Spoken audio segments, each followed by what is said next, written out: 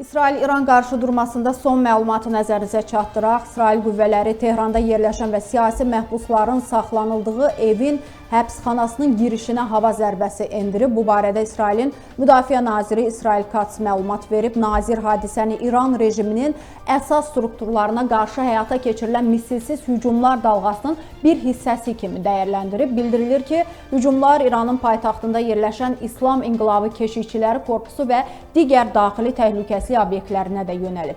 Evin həbsxanası İranın ən tanınmış cəza çəkmə müəssisələrindən biri sayılır və burada uzun illərdir siyasi dissidentlər, ikili vətəndaşlığı olan şəxslər, Tehranın qərblə danışıqlarda girov kimi istifadə etdiyi əcnəbilər saxlanılır.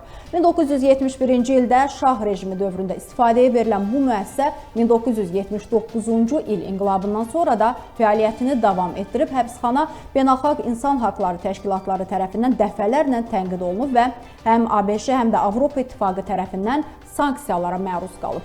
Onu da qeyd eləyək ki, bu zindanda on minlərlə məhbus edam edilib. Hazırda zindanda saxlanılan məhbusların əksəriyyəti Azərbaycanlılardır. Onlar İran rejiminə qarşı çıxdıqları üçün həbs ediliblər.